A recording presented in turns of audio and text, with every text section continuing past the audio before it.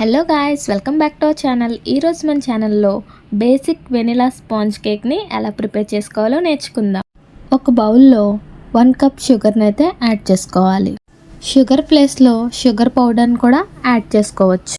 అదే కప్తో 1/2 కప్ ఆయిల్ని అయితే యాడ్ చేసుకోవాలి. 1 కప్ పెరుగునైతే యాడ్ చేసుకోవాలి. ఈ మొత్తాన్ని చక్కగా కలుపుకోవాలి.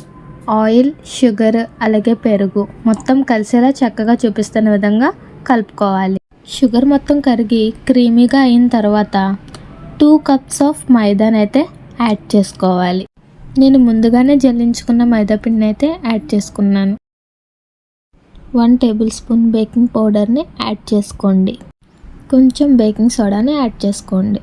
1 స్పూన్ వెనిలా ఎసెన్స్ని యాడ్ చేసుకోండి. మొత్తాన్ని ఒకే డైరెక్షన్లో చూపిస్తున్న విధంగా చక్కగా మిక్స్ చేసుకోండి.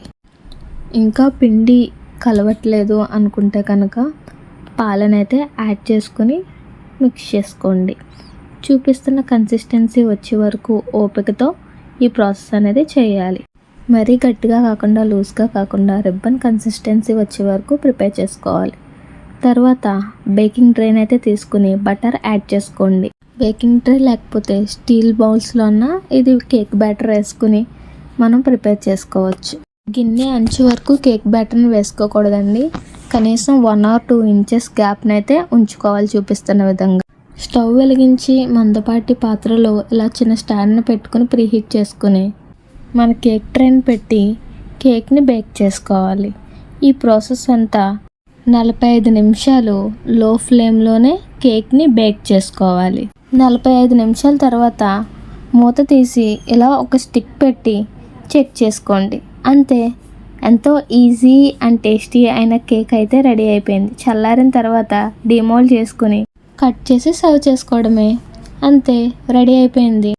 మిగిలిన కేక్ బ్యాటర్ని నేను స్టీల్ బౌల్స్లో వేసి దాన్ని అయితే బేక్ చేసుకున్నాను. ఆ కేక్స్ కూడా చాలా స్పాంజీగా వచ్చాయి. మీరు కూడా ఇలా ట్రై చేయండి. అంతే, ఎంతో ఈజీ స్పాంజీ అయిన వెనిలా కేక్ అయితే రెడీ అయిపోయింది. కేక్ని నేను చాక్లెట్ గనాష్తో డెకరేట్ చేసుకున్నాను. చాక్లెట్ గనాష్ రెసిపీ కావాలంటే కామెంట్ చేయండి. మీరు కూడా ట్రై చేసి మీకు ఎలా కుదిరిందో కామెంట్ చేయండి. For more videos subscribe our channel.